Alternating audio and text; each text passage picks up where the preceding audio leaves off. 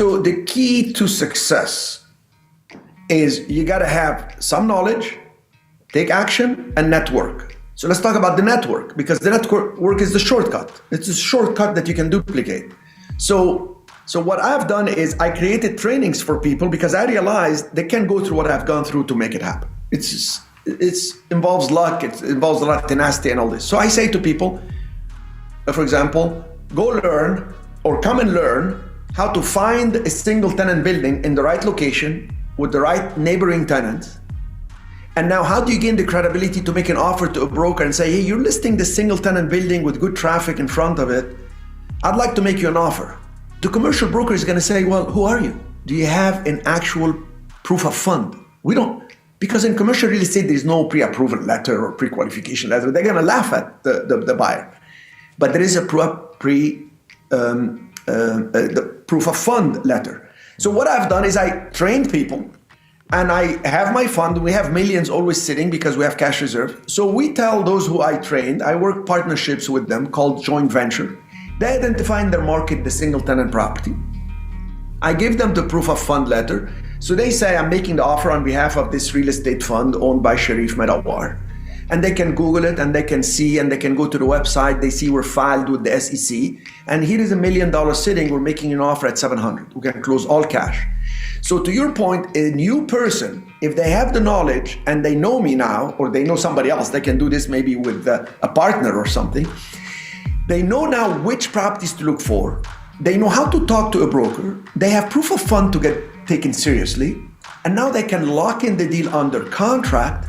And then I give them a list of national tenants, over 4,200 national tenants that are constantly seeking to expand. For example, the biggest line of tenants that expand right now are what's called QSRs, quick service restaurants. They constantly want to expand. Their business model is based on expansion. They have even done well through COVID. They were the fastest to grow. So once they actually get one tenant interested, we sign a letter of intent. I go on a call with them. We negotiate the lease. And when a letter of intent, Subway is interested in leasing so on. We're doing now a deal with Fat Tuesdays. Fat Tuesdays, it's a huge corporate guarantee, over $100 million. I mean, it's an amazing deal. So the property, I got that property for $700,000. Property is going to be worth $1.3 million as soon as we're done with this. The pieces are done. I mean, literally the money is going to be wired tomorrow for the deposit and everything.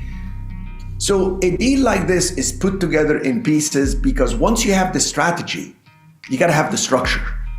And a person who's done it once, by the way, once they line up the tenant and we negotiate the letter of intent, the property value jumps. We haven't purchased it yet, still under contract. They assign the deal to me, to my fund. So I pay them on that upside, which is a very clear upside that we work out from the 700 to $1.3 million. That person gets 10% of the upside, gets $50,000. They had no risk. They put maybe $5,000 in escrow, showing my proof of fund that they work with me. They smile and dial, and all they need is one tenant to say, yes, we're interested. So if there are no tenants, call them back. And the time runs out. We're 44 days into it. 45th day is the end of the due diligence. They just send an email to the broker and say, it's not meeting our criteria. We're not able to move forward. They get their $5,000 earnest money deposit back. So there is no downside for a newbie, huge upside.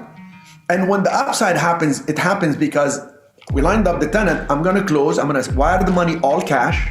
That cash is coming from my investors. And I have $8 million in my own fund, and then the upside, they get paid $50,000. Guess what? The second deal, they do it for themselves because they come, they set up a real estate fund. They can show their investors, hey, I know how to put these deals together. Let's make money. And sometimes we do partnerships going forward. And that's one type of assets that we do.